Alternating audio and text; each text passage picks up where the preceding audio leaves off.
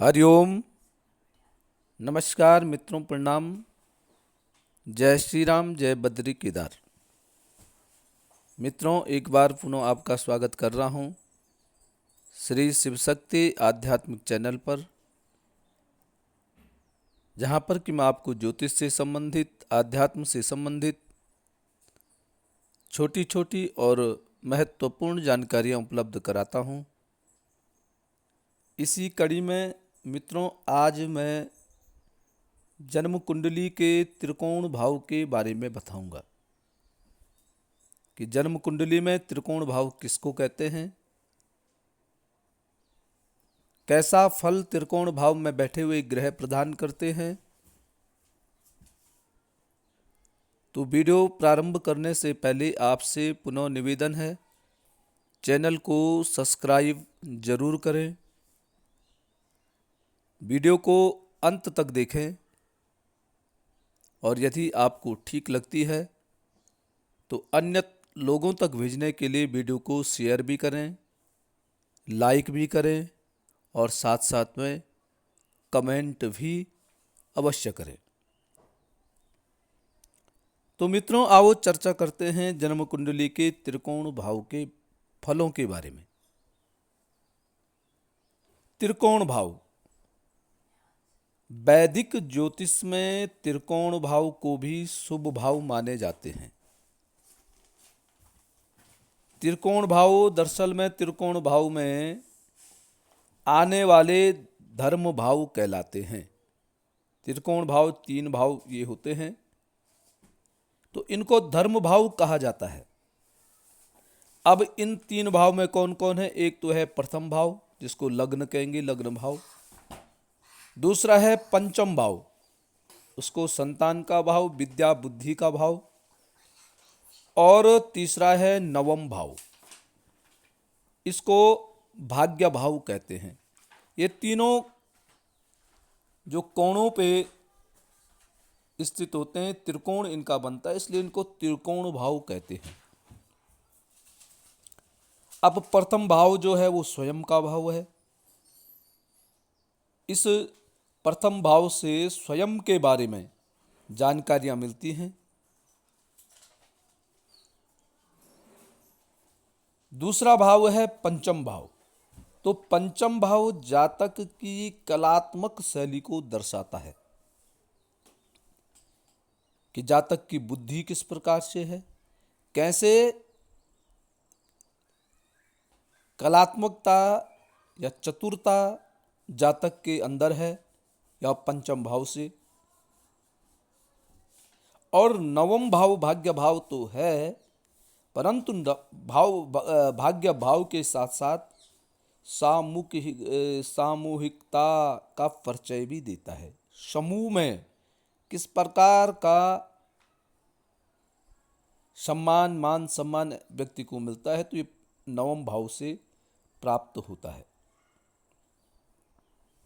ये भाव जन्म कुंडली में जातक को मजबूत बनाते हैं। त्रिकोण भाव जन्म कुंडली के बड़े पुण्य भाव होते हैं। अब इन त्रिकोण भावों के जो भावेश हैं, भावेश का मतलब यदि त्रिकोण भाव में 1, 5, 9 इन भाव में कौन सी राशि बनती है, उस राशि का स्वामी इन भावों के भावेश होते हैं। इन राशियों के स्वामी यदि केंद्र भाव से संबंध बनाते हैं, केंद्र भाव कौन कौन हो गए? पहला, चौथा, सातवां, 10वां। यदि लग्न का स्वामी लग्न में ही विराजमान है, यदि पंचम भाव का स्वामी लग्न में विराजमान है, यदि नवम भाव का स्वामी लग्न में विराजमान है, तो इसका मतलब है कि त्रिकोण भाव केंद्र भावों से संबंध बना रहे हैं। और मित्रों, यदि ये संबंध बनते हैं तो इसको राजयोग भी कहते हैं। यदि ये संबंध अच्छे बन रहे हैं, इस पे किसी पाप ग्रहों की दृष्टि नहीं पड़ रही है, यदि ये ग्रह कोई नीच ग्रह नहीं है, तो ये राजयोग बनाते हैं। इन्हें त्रिकोण भावों को केंद्र भाव का सहायक भाव माना जाता है।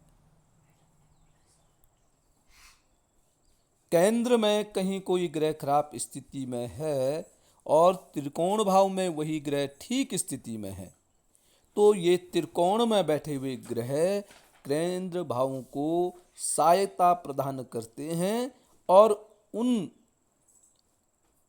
केंद्र भाव में बैठे हुए ग्रहों की मदद करते, सहायता करने का काम करते हैं। त्रिकोण भाव का जो संबंध है वो अध्यात्म से भी है और साथ साथ में मित्रों नवम भाव और पंचम भाव को विष्णु स्थान भी कहा जाता है।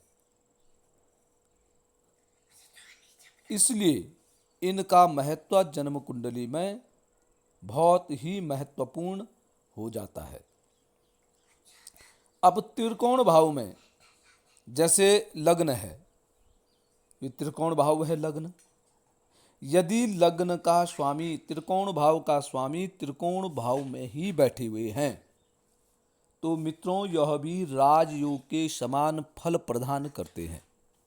जैसे यदि लग्न का भाव लग्नेश जो है पंचम भाव में बैठा हो या पंचमेश लग्न में बैठा हो या नवम भाव का स्वामी लग्न में बैठा हुआ हो या लग्न भाव का स्वामी पंचम भाव में बैठा हुआ हो या नवम भाव का स्वामी नवम भाव में ही विराजमान है, तो ये राजयोग के जैसे फल प्राप्त करने में सक्षम होता है, बशर्ते ग्रह की स्थिति ठीक ठाक होनी चाहिए।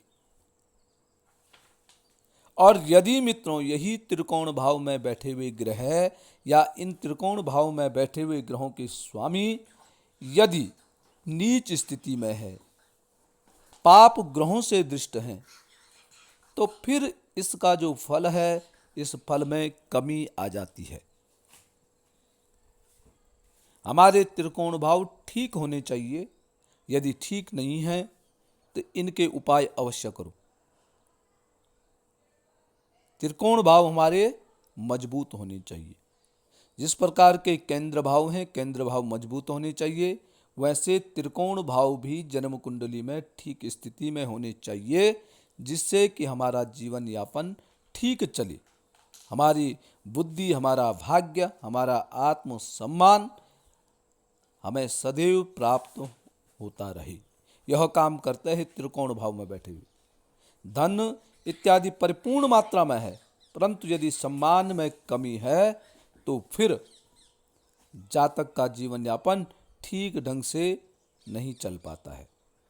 यदि धन कम है, मान सम्मान संपूर्ण मात्रा में है, तो वह आदमी आगे बढ़ जाता है। तो मित्रों, ये था त्रिकोण के बारे में।